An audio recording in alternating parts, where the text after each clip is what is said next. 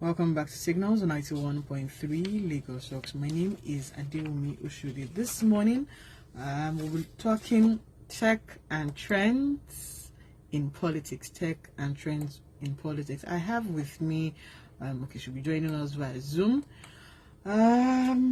She's a T-shaped professional, passionate about Africa and committed to doing the hard things to build a great continent. You'll find her working in the intersections of young people, technology, entrepreneurship, governance, and politics. She is the head of innovation at the Center for Journalism, Innovation and Development, where she leads product management and supports strategic innovation. Prior to her work with CJID, she co-founded and served as the executive director of the Nigerian Alliance, a political action committee whose mission is to elect 7 politicians to political offices across Nigeria, a new kind of leadership that puts people before party interest, with a keen focus on improving governance and transforming politics. Well, she's a lifelong volunteer with a passion for societal development. Well, she is the 2023 PDP candidate for a seat in the Ekiti State Assembly, seeking to represent the good people of Ikere constituency. I hope I got that right. Ikere. I've been playing with that Ikere constituency too. Her name is Simi Olushola. We will take a break and we'll be having her converse with us on tech and trends in politics. Don't go anywhere.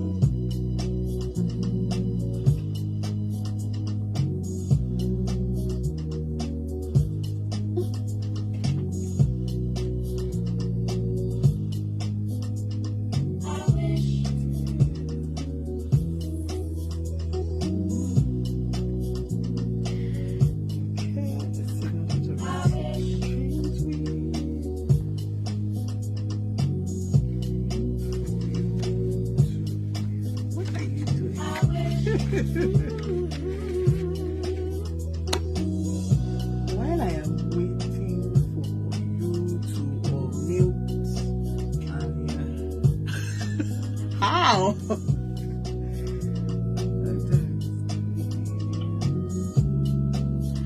Okay, so are you with us? Yes, Kim. Good, thank you. So just hold on a second and I'll be back on air.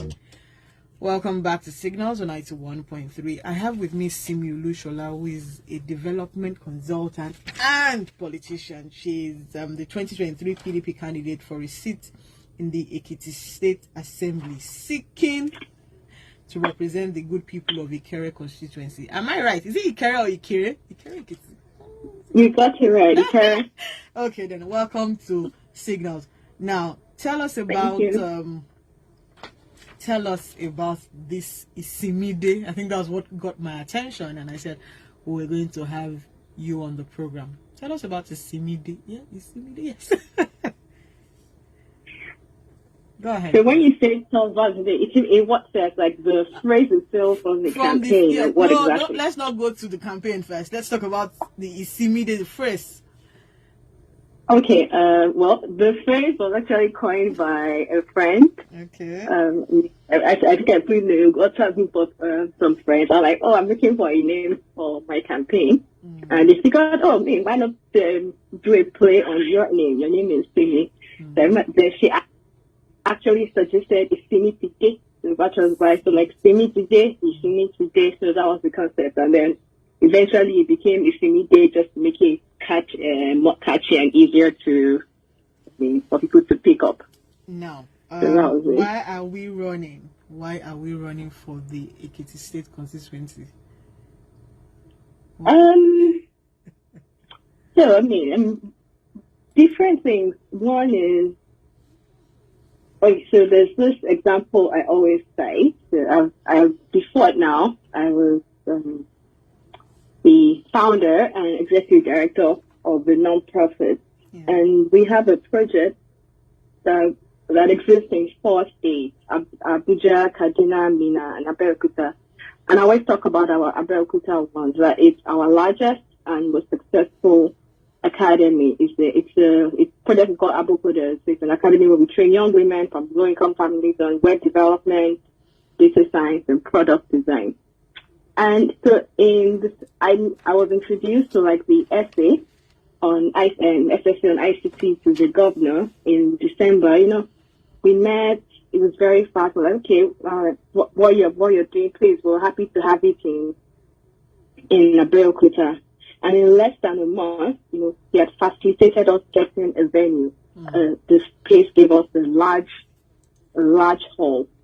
They gave us, they give us facilities, they cover utilities, they cover internet, because we have our backup internet. They help us with recruitment to ensure that we have people coming for the project. And, we got an MOU that was signed by the Attorney General. So it was a proper MOU. And so if you compare that to all our other academies where we were really struggling to get people to come, in some of the other places we try to partner with government, it just don't work because, just give us the space. We will bring our people, we will bring the trainers, we will do every other thing, but, just help us, give us a space and then send your people to us. So I say that look at how one person in government who knew what technology could do for his people. Because of that, we're able to train, we have capacity to train 200 women every year in Abeokuta. In our other academies, some places we struggle to do 60 in a year. But before then, I've been very much about governance, getting citizens involved in governance, demanding accountability. But that incident sort of switched and really made me know that, it's much more important right now, as the phase we are in Nigeria, to have people in government who will listen to the people. Right? We don't have that critical mass of people in government yet that we can demand accountability for. As you can see, NSAS is probably the biggest example. We tried to demand something. Look how that ended. Because there just aren't enough people on the other side who are ready, who actually want to serve, who have the capacity to, who have the interest of their people at heart. And so for me, that was what made me feel okay, we'll keep working on citizen engagement, but it's important that let's fix the supply first. The supply is problematic. And that, for me, that was just what made me eventually decide. And then, if anything, convinced me further that I made the right decision, NSAS did. I'd already been thinking about it, and then what happened with NSAS just showed that really your theory, your hypothesis is more than correct. And so I'm like, okay, if anyone can do it, if I can do it, why not? Some of us have to step into the ring and do what we can. So that's why I'm running, to help, to be part of the people who can bring the change to government. Government is still the only institution in the world that can bring change at scale and ensure that it's sustainable. Yes. Well, here we are. Yes, here we are. Thank you so much for running. Now, let's talk about the grassroots of the people, the Ikere constituency. How's that been like? Because they always say we should go back to the grassroots. You've been able to engage the grassroots on a daily basis. Tell us how that has been for you.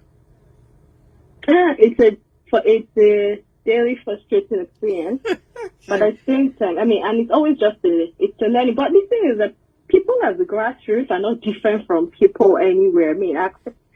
Our experiences might be different, but people are people. A lot of the work just has to do with, relationship management. The only difference I'll say is that people here feel poverty more, or maybe I'm not sure that's the right way to put it, but definitely there's poverty in the land. So it makes there's no way I'm going to be talking to people and talking to them just based on my capacity, or just saying, oh, trust in me, I have good intentions. I'm sure a lot of people have come before now to tell them. So it's hard to navigate that. There are a lot of demands that are placed on you.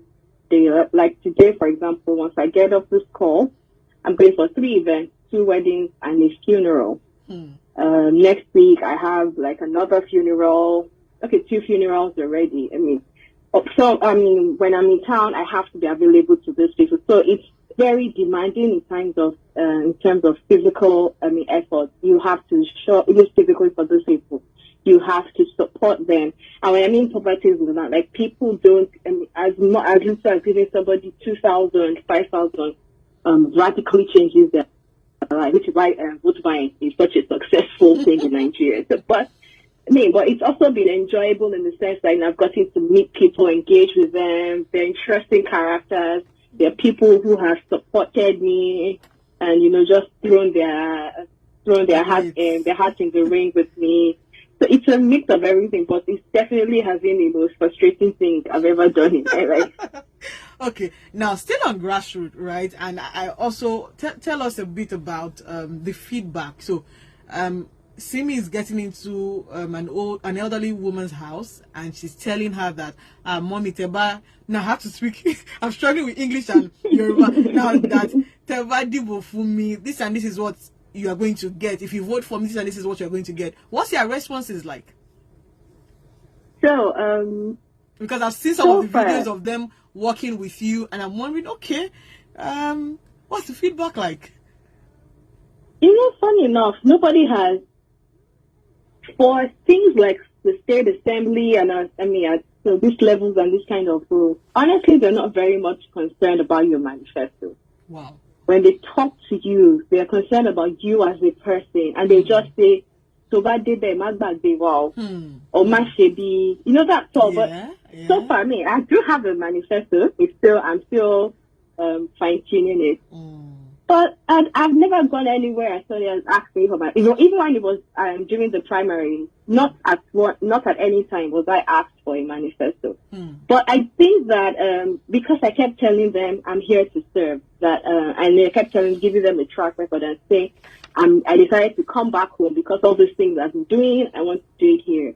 And in the different things that I've done so far, I think they've seen some integrity. They've seen that I truly care about the people. So a lot of them have decided to work with me for that. But it's not like there's any specific thing that I said, oh, I'm going to build a school or any of those things. But there are some things that I do that I didn't even know it was going to turn out in my favor, and that they keep talking about it now. That no, if this person gets there with what she has done so far, she's truly not going to forget us. So that's how it has been. And when I go talk to people or older women, honestly, like I said, they don't ask you about specific things. What are you going to do and all of that. And in a way, I like it because it's a legislative seat. It's not my job to do a lot of projects. I'm very constituency project, but the first job of a lawmaker is literally to make laws. Then you do oversight, and then there'll be projects. It's hard to communicate things about lawmaking to most of the people here. Okay, now there's something I wanted us to talk about. You talked about NSAS, and with NSAS, what people really wanted was a new kind of leadership. Now, while reading your profile, you talked about the new kind of leadership that puts people before party interest with a keen focus on improving governance and transforming politics. Now, let's talk about people before party. Tell us more about that. Because what the people of Ikeria has done with you is to put their trust and say, okay, fine, we can take you, we can trust you. Now, for a lot of politicians that are coming out, for a lot of people that are campaigning, there's a trust deficit. If you get what I mean. Yes, so tell us more. So for me, it just says the party is the vehicle, not the destination. For a lot of the people that I see here, their allegiance is 1,000% to party leaders and all of that. There is some loyalty that I have to party leaders and to my party and all of that. But I always remember that I am in the party because of the people. And for me, I think I have the privilege of not being, I can do without the party. And I mean personally, not within politics. Unfortunately, we have a lot of people who are in politics to eat. So it's hard for them, to speak up for the people when they have to, because if they don't, their godfathers, their paymasters will shut them up and that will block them. But I had a very good career before politics. I still have a good career. So I always say that if I'm pushing for the people and the party, I am in a very reasonable party, and my party leaders at this level are they are actually equally concerned about the people. But I'm just saying, I have that privilege of not being bound to politics for survival, or or for my next, So there's things I can make. There are negotiations I can make. And what I always tell people is that in politics, a lot of it is about negotiation. And because a lot of people, especially young people, come to the table, and women come to the table from the position of inferiority. We come begging. So we don't come, and that's what I try to do. Everything. So when I even joined the party in the first place, I joined as a national, I came offering value to the party. And in return for that, I was given recognition. I was given national appointments. I served on several committees. I was able to negotiate some things. So that's how I'm going to approach. I'm going to approach from a place of value, so that when I want to negotiate things for my people, so that I will not sacrifice my people on the altar of party, because I would have provided so much value to the party that my cries, my demands, and my negotiations for my people will be answered. Okay, now we're talking the people. Now, we're talking tech and trends in politics. Now, because you know much about technology, how do we introduce technology to the grassroots for them to be able to understand that technology is beyond the phones in their hands? So, here we say that technology is not a silver bullet. Technology is an enabler. Technology just amplifies what you have. Things at the grassroots are far beyond what technology can truly make a difference in. And I talked about poverty. I think the most insidious thing in our politics in Nigeria today is vote buying. And, I've been seeing on social media talking about using drones to monitor vote buying and all of that. It's not going to make a difference, because there's no way you would tell the woman who has 0 naira on her not to collect money from a politician. So we have to first fix that issue of poverty. Is when people can afford to say no to vote buying, that we can then begin to talk about how to use technology to encourage them. Maybe how are we getting civic information across to them? How are we telling them about what's going on in politics, about what their leaders are doing? So, but we first have to cross that barrier. Somebody who does not know where their next meal is going to come from, somebody who needs to pay their children's school fees, they're going to collect that 5,000 naira. They'll collect that 2,000, that 10,000 to vote for a candidate. So, technology, I think technology is secondary for now. Yeah, there are many interesting ideas we can use.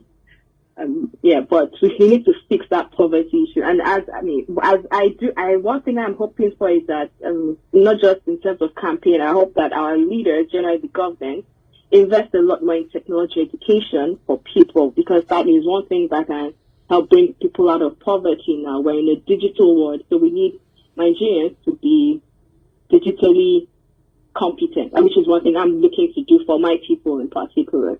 Now, you've talked about poverty, and you've talked about poverty and vote buying. But let's talk a little bit about poverty. How bad is it? While you've been campaigning, what have you seen? What's that one thing that you've seen and like, wow, this is really, really bad? Okay, so this incident comes to mind. I called after my first primary, because in this past how many months I went through 2 primaries. And after the first primary, called a meeting of some people to say, this is the next thing. So I bought some snacks, drinks, and like some egg rolls or something. By the time people left, finished the meeting, less than 10 minutes, I was receiving calls, complaining about how I don't know how to treat people, that I could not even give 500. Calls were coming back, people were complaining. And for them, it was that somebody said, I was informed about somebody who came maybe like with their last money to that meeting and was hoping they'll get money to take bike back. Another person was saying that they were hoping that if they had gotten money now, that they would buy like 200 naira ice fish and some okra and then go and make it back for their children. That day, I mean, it's like you know about poverty and you know that people have it hard. But that was the day when you actually realized that, or when it really sunk into me. There are things we just have head knowledge of, but that we can't really empathize with. I'm like, wow, you mean if I'd given somebody just 500 naira at this for transport at this meeting, it would have made that much of a difference. So that day, I actually had to send money round to everybody that attended. Found them, give them money. And all of that. So when 500 naira makes such a difference to somebody's daily existence, that's the kind of poverty we're talking about. So how do you think you will be able to manage this when you get into government? Manage it in what sense? So manage it now, because we're talking poverty, what kind of infrastructure do we need to bring to them that will reduce that level of, if they have to go for meetings, they'll be waiting for handouts? Okay. So two things.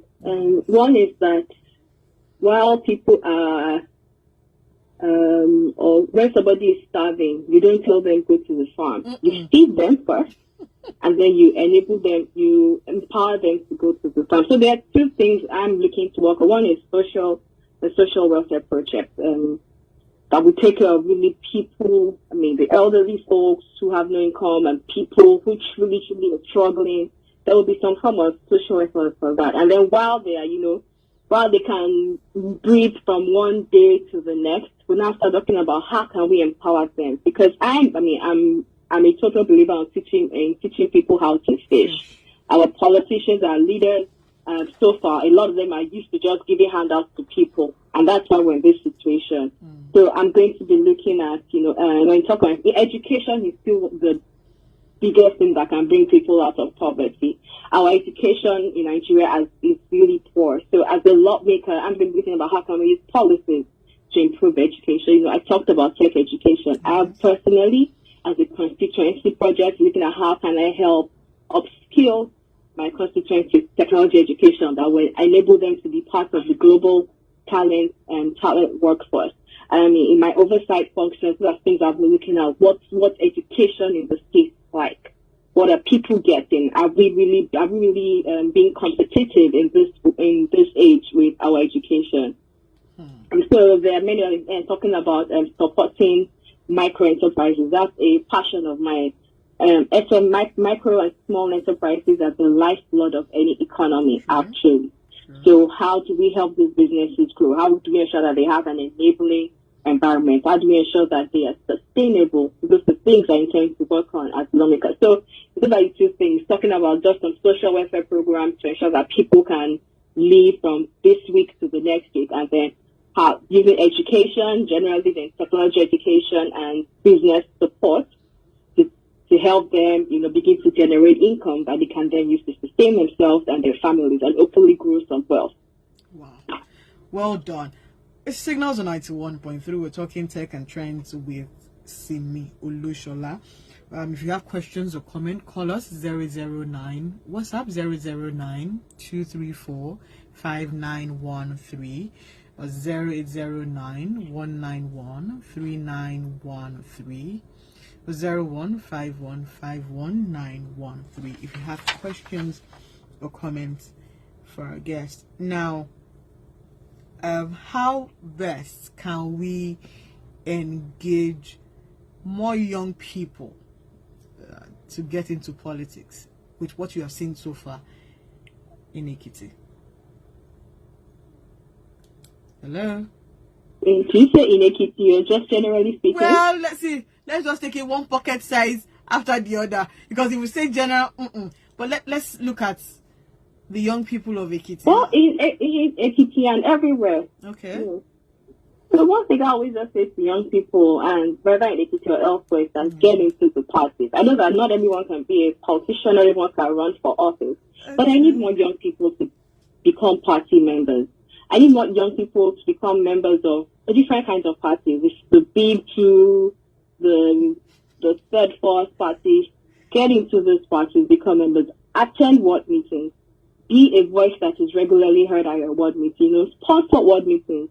And social ward meetings can just be a little like, oh, today you bring drink, oh, tomorrow you bring biscuits. So It's not that, so that by the time parties are deciding who the people that become excos and delegates, your voice is heard. Because those excos and delegates are the people that determine the candidates at all levels. So it means if we don't get it right from the ward system, if you don't have people who are truly interested in being their sister's keeper in the world level, if there are people who are truly interested in the progress of their state and of Nigeria, active in the world levels, we will end up with excos, executive, and delegates who will just sell out just for the money, right? And they will not give Nigerians the right candidates at every level. So that's the first thing we need to do. Join a party. And we don't need to, for me, I had to come back home because I wanted to run for office. But you can join wherever you're at, except you want to run for offices. I mean, essentially, like, the way the Nigerian system is, you usually have to go back to like, your hometown if you want to run for office. And we're not yet at the place where you can. I mean, I can't imagine if I was living in Delta State and I was trying to run for office in Delta State.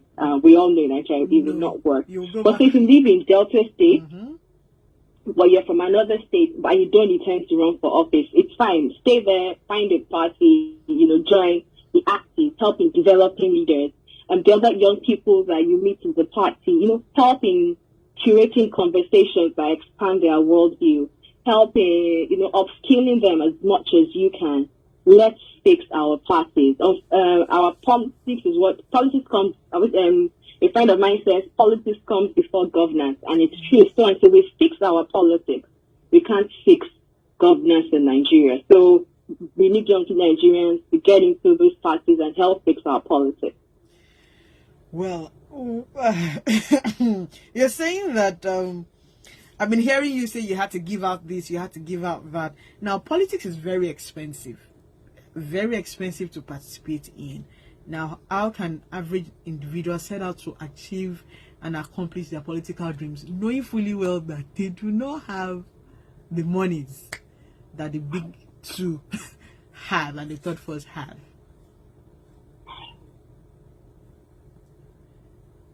Hello? Okay, can you take that again? Yes, I say politics is very expensive. I've heard you say that you had to drop this, you had to give out funds and all of that. Now, how can an average individual average Nigerian set out to accomplish their political dream? They don't have money. They'll tell you politics is money. So you know when I started, when you're asking me about how it is being at the grassroots. Yes. And I talked about relationship management. That's the big thing people forget. Yes, money plays a role. But I know that for me, in winning my elections, it was less of money than having a relationship with people. Having people who will vote for Sini, there are people who said, even if Sini does not give us £1, we will vote for her. Wow, that's good. That's huge. Yeah. So people just assume that without money, money is important, and yes, a lot of things don't move without the money. True. But relationships are equally important. If you build relationships with people, if you're open with them, if you're sincere with people, they will work with you. And I'll tell the young people that. So also, let's start from, a lot of us aspire immediately to go to the House of Reps. I mean, my eventual destination, maybe one day I'll be the Senate president, right? Yes, but I didn't jump to the Senate first. Can we start from the ward level? We have ward councillors. We have those things. Like, how many of us are trying to get into those offices? We have local government positions. A lot of us young people are just looking for, if we're not SA to somebody and we want to go to House of Reps, and it's all fine. But understand your own limits first. You know that within your network and your own personal purse, all that you can afford is ward councillor. Then go there. And if you can't even afford that, maybe go and fight to become a ward exco in the party and build from there. So the point is, let's start small and build. And let's see what happens in the next 4, 8, 12 years. But we need to start from somewhere. So it always starts from the ward. It starts from the unit. Maybe go and be a ward supervisor for the government somewhere. Just that sort of thing. So that's what I'll say. Yes, it is expensive, but just go start small, build relationships with people, be sincere with people, don't go trying to deceive people. And don't do this if really you just want to eat from politics, because if you just want to eat from politics, of course, when I get into the house, I'll get paid a salary. So thank you for that, but that's not my main purpose for going there. So, don't go there because you want to eat. Have something of your own that you're doing before you go into politics, so that they don't use money or the appearance of money to silence you, so that you can communicate with your people with all sincerity and, with a sincerity of purpose. Thank you for that. So how's your family's response been when you told your family that you want to run, you're coming back home and you want to run? What was the response? I'm not sure my parents thought I was serious at home. They just thought maybe see me as come again. But they know me that I always take, I'm the person that does the crazy things. I'm the one that will resign from a job. I'm the one that will go and volunteer in one country I've never been to before. So I think maybe and it wasn't just them. A lot of people didn't take me serious, but just thought, and it's not everybody. A lot of people say, "So I want to be this," but they don't touch it. But eventually, when they saw I was here, my mom was with me for like my second primary, so she came to stay here. So with me, my dad eventually, I think when he saw how serious I was, he also started pressing some buttons with his friends. Who were like leaders in the political space. But at first, everybody just thought, but when they said, "Oh, okay, this has gotten real. This girl is actually doing this." Okay. And my mom was worried because she had heard. Everybody talks about how politicians do this and that. She was telling you, "Don't let them make you come and swear. Oh, be very careful." No, and I'm like, "Mommy, have you known me to be this kind of person before? Like, it's not that deep. Like, don't worry." No, but she's a Nigerian mother. There were those concerns. But for the most part, I've had the 100% support of my family. My husband, I have my husband's support 200%. He's my biggest cheerleader and all of that. Whenever I need to rant and vent, in things that I'll call, I say, "Oh, look at what somebody has said. Look at what has happened in this place," and all of that. He's the reason why I've not blown up in anybody's face. Thank you. So far, because I'm frustrated. He's the one that keeps. I'll go and blow up in his face, and he will bear the brunt of all the frustration. So, I've had very great support from my family. Okay. Well, thank you to the family, because Nigerian parents, until they know that we have gotten to that point where we are not going back, then they begin to pull all the strings. Exactly. Now, for what would you say to more women joining politics? I know we have women leaders, and then you talked about you wanting to become Senate president, and I hope that it comes true. I'm pushing you, I'm rooting for you, because I also was shocked when I started to see me. One day I was shocked. I asked her, "Hello, hi, my name is Adeomi Ojedi." She was like, "Yes, I know you." So I was like, okay, this is interesting. So how do we get more women, right? Women, I know we have a lot of women who like to canvass, but women taking up political positions. What are your thoughts? Hello. One thing is that I'll speak to women in general, then to society. So women, we just have to try. So let me speak first to women who currently are in politics or hold a position or who are in office. First thing is that please always speak up when you can. One thing I try to do is that if I'm in a meeting and I see no woman has spoken, even if I didn't want to talk, or even if there are some meetings where you don't particularly want to talk, or there really isn't much to be said in the meeting, but if I see that no woman has spoken, I ensure that I speak just so a woman's voice is on the record, so that we are not silent. So when you're in spaces, please speak up. Let them know a woman's voice be heard. Honestly, at this point, I don't care if you say nonsense or you say the right thing. The men are equally out there saying nonsense. Men are saying nonsense and they are saying the right thing. So we men used to go out there and say your nonsense, so say the correct thing, just be there. So that's one. Then, as much as possible, let's bring other women up. Show other women. So my working team that we inaugurated just this week, and about 50% of them are women. I ensure that women will have, so it's not usually, they will say, "Oh, out of 3 people, one must be a woman." Me, I'm not doing that one. I know even my whatever was saying that, "See me, you see me about to come and collect the government for women." That everywhere she's always saying women. So I ensure that women are well represented. So we have to do the same thing So that's one for women who are currently in politics. They speak up, open up the space, teach other people what's going on in politics. A lot of other young women don't even know the next thing about politics, especially those of us that are away from the grassroots. Which is why I have a newsletter where I regularly share the updates of the campaign, so that people know actually what goes on. Oh, this is what politics looks like. So they get like an insider view. Now, to women who are not in office, see, just do it. It's difficult, it's frustrating, but it's doable, and it's not as hard as you think it is. But I'm not going to hide anything. It's difficult. You're going to be sexually harassed. You're going to be underestimated. People will not take you seriously, but you can push through, right? And now I'm talking to so just take that leap, right? Just take that leap. It's very doable. That's one. It's difficult, but it's doable, and it's more doable than you think it is. It's hard, but it's not as hard as you think it is. What is hard? Then now to society, but it's very hard. Now to society in general, like, see how I talked about, how I have massive support from my husband. We have a lot of, I know when people ask me, oh, your husband is supportive, does your husband allow you? I'm like, man, I don't even know why you're asking that question. Like, it was a no-brainer. It was a question between me and him. It was something I wanted to do. And he said, okay, you have my support. So we, other women, parties of women, we need to give them support, right? There is a woman who is a great leader in the party in my state. You will see her husband with her most of the time. Like, when there are those meetings, he comes with her. He's not even a Yoruba man. Wow. But he came with her back to this state. He's been supporting her.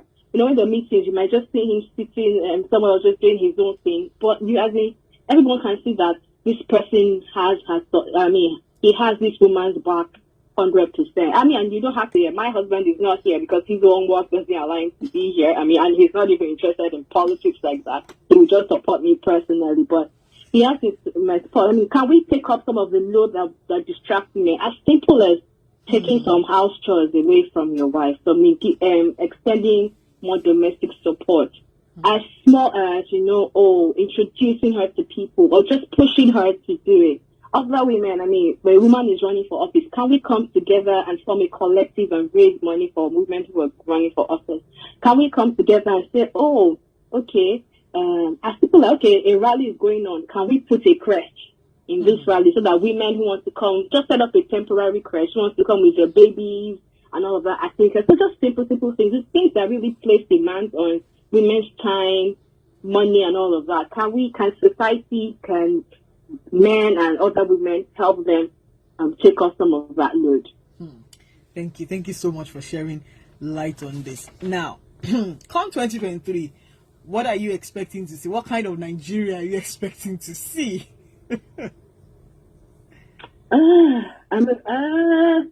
I'm not expecting to see a different Nigeria because all change isn't going to happen in 6 months. Okay. I think the Nigeria we are in right now, some people are going to be in for 1 more year. But I'm hoping for a Nigeria that will vote for people who can actually help fix this country. And I'm hoping to see more hope in Nigeria. I'm hoping that when February is over, when March is over, that there will be hope in the country. A lot of people have lost hope in this country right now. So there's one thing I'm really, really praying for is that we'll have Nigerians will be more hopeful when it comes to me. I think that's the main change. I know there will not be a lot of changes in terms of poverty, security, health immediately, but we can give people hope. And if we choose the right leaders, we can give people hope, and that makes a world of difference. When people don't have hope, then we have nothing. But if there's hope, people can keep pushing and trying. So the change I hope to see is a Nigeria of hopeful Nigerians. Thank you so much. Well, my time is up. Thank you, Simi Olushola. She's the 2023 PDP candidate for a seat in the Ekiti State Assembly, seeking to represent the good people of Ikere constituency. I wish you all the very best, and we're rooting for you. Hello. Thank you so much, and thank you for having me. It was a pleasure speaking. Yes, ma'am. Well, okay. We're back to our regular programming. Till we come your way again next week Saturday. I hope you've learned one or two things. Thank you everyone who was listening, called in, and women come out. I can't hear you any longer. Okay, so I was about to wrap up the program. I will be right back. Okay then. Like Simi rightly said, we need to have a collective of women who would come out. So if there is rallies, if you can provide women, if you can provide crèche, provide so that women can put their babies, and even if it's that one little thing that you can do, relationship again is key. Like we always say on Signals, create opportunities for people. And I know, yes, people will be people, and yes, we still have trust deficit, but keep creating opportunities. Have a wonderful week, and God bless.